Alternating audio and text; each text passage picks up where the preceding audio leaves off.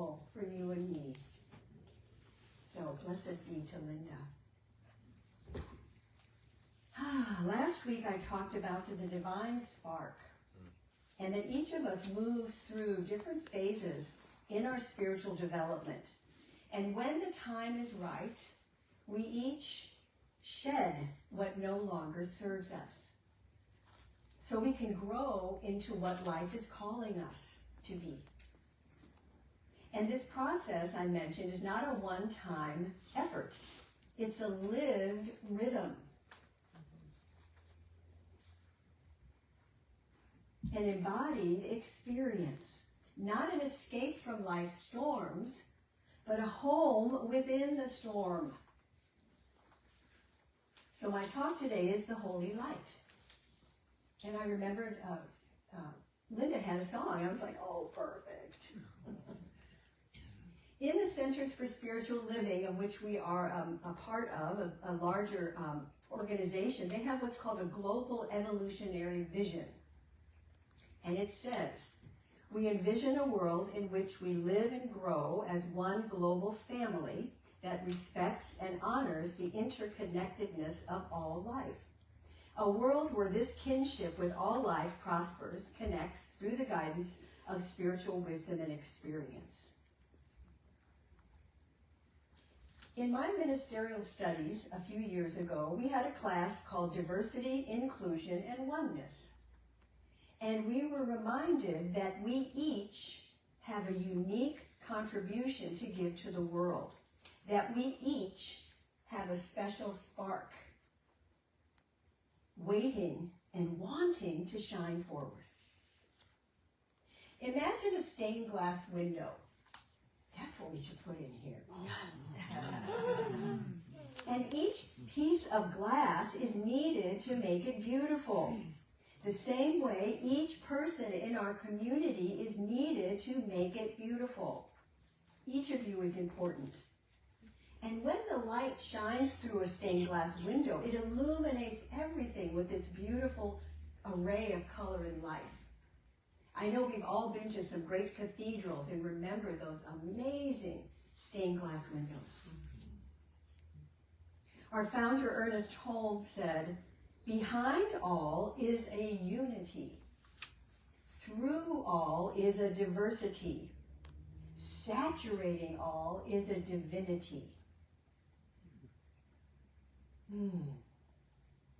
I welcome and shine my holy light. Let's affirm that. I welcome and shine my holy light. That's a really good seed to plant in the morning. So as your spiritual leader, I am open to co-creating an inclusive spiritual community and the idea of diversity, inclusion, and oneness. And there are two important things that we want to, identities that we want to consider. What do I stand on and what do I stand for? Think about that. I stand on my foundation of faith and the principle of unity with my connection with my source. What about you? Just think about it. What do you stand on? And maybe you don't. It's something to notice. What do you stand for? I reflect on my values and ethics, but by which I live, which gives me a direction to stay true to what I stand on. What do you stand for? Is your life reflecting your values? That's a good question. The great writer Mark Nepo said, a paradox of human existence is in the question, if love and truth are in us, part of our inheritance, why are they so hard to find and grow with others? Maybe love and truth are like seeds within us that need watering and attention. And if I water them, the Spirit of God can then expand my heart and my understanding of others. The river of who we are runs through every country. It ignores all borders. Our call is to follow that river. So are you willing to plant some new seeds and shed old beliefs that may stand in your way of what you stand on and stand for? Yes. Yes? Mm-hmm. Or are you trapped in your own stubbornness? Are you ready to be alive, awake, and aware? Yes. Be loving and kind? Absolutely. And maybe forgiving? Yes. I welcome and shine my holy light. I welcome and shine my holy light. So one of the teachings I studied in that class were about these 3 cycles. The cycle of socialization, the cycle of liberation, and the cycle of spirituality. And you're going to have a test on this later. The cycle of socialization. We are all born into a specific set of social identities, whether you liked it or not. And it's important to understand how that cycle of socialization affected our current understanding and behavior. By allowing each of us to see the social identity we were born into and what role that plays in our present life, we can notice we might have hidden prejudices and biases, depending on how we were brought up and where we were brought up. What side of the tracks are you from? We all have experiences of growing up in a certain way. Just the way it was, okay? Hold that thought. Then we move into what's called the cycle of liberation, where we start to wake up. And we reach out and begin to use tools for dismantling old beliefs and oppressive thoughts. We begin to build community by organizing and working and educating with each other a change for the better. And as we begin to wake up, we start to see the discrepancies of respect to others. And we become more aware of incidents that are kind of disturbing to see, of how others treat others, right? You've probably heard this before. Once we know something, we cannot not know it anymore. Albert Einstein, the great, said, "We cannot solve our problems with the same thinking we used when we created them." Oh, goodness gracious. Our subconscious beliefs about differences can come to the surface quickly when we encounter people that don't look like us. We often reflect these hidden beliefs in our interactions with strangers and do what are called microaggressions. We might not say something, but we're thinking it. And we all do this. How do you respond to someone who has a lot of tattoos? Or a lot of things on their, what do you call it? Piercing on their face. Think about it. I mean, do you like go, ugh, or what are they? All those things. There's so many things. Do you have fear when a homeless person approaches you? Or a person that doesn't look like you? Skin color or ethnicity? Are you afraid of that? Just to notice. So I'm encouraged to invite all of us as a faith-based community to become more mindful of those hidden beliefs, prejudices, and biases. And then be willing to change them if necessary. To just notice like, wow, I really have a judgment about that person. Isn't that interesting? And then we call upon the holy light. Our divine spark. Because then we move into what's called the cycle of spirituality.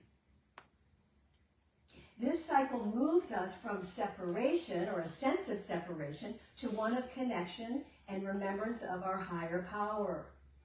From exclusion to inclusion, to oneness. From me to we.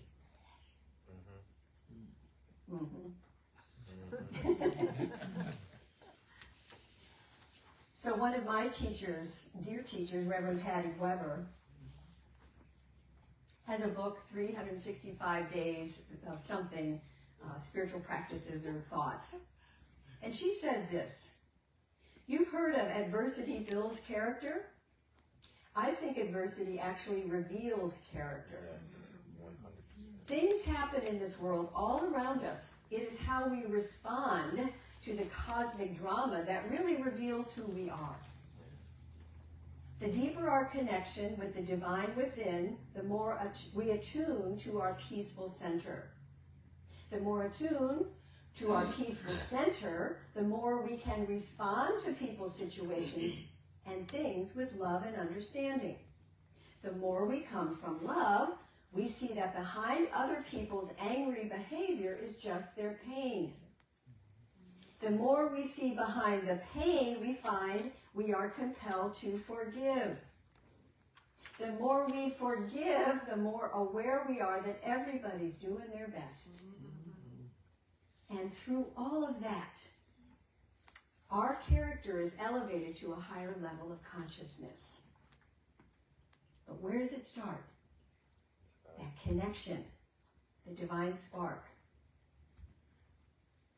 So when you come across someone who irritates you or upsets you, just bless them. And if you can't, then say, "Dear God, please bless them." Give it over. Because it's not always easy for us to do. Have you noticed that? So I have a story I'm going to read to you today.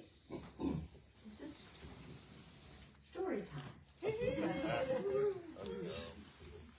I hope you can all see. It's called "It's Okay to Be Different."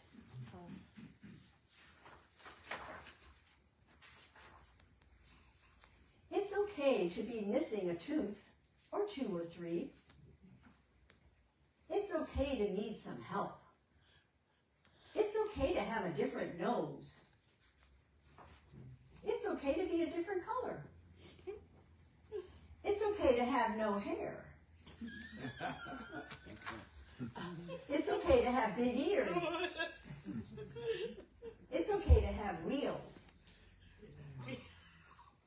It's okay to be small, medium, large, or extra large.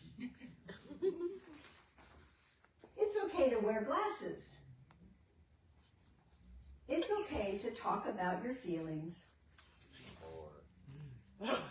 It's okay to eat macaroni and cheese in the bathtub.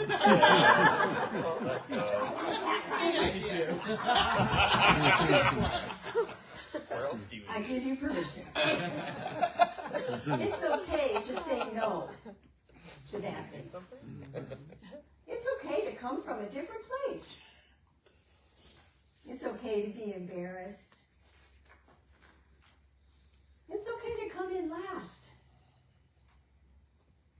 It's okay to dance by yourself. It's okay to have a pet worm.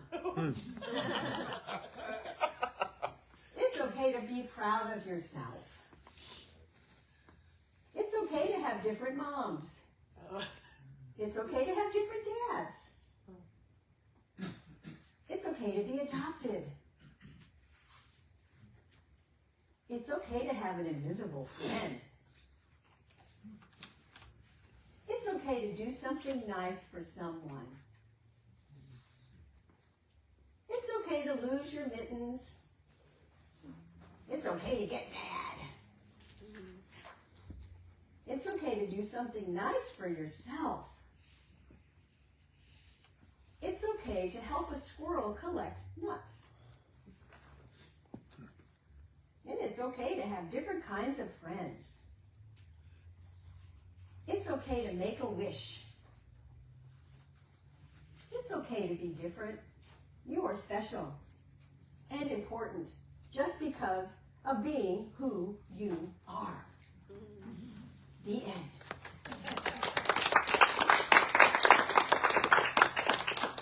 Can I have the microphone? It's okay to be different. Did you know that? Yes. So what we're going to do is pass the mic, and you're going to just say 3 things. What state or city did you grow up in? What faith or religion was your upbringing, if you had one? And what makes you different? And we don't have to go on and on. You're just going to say those things. What state did you grow up in, and what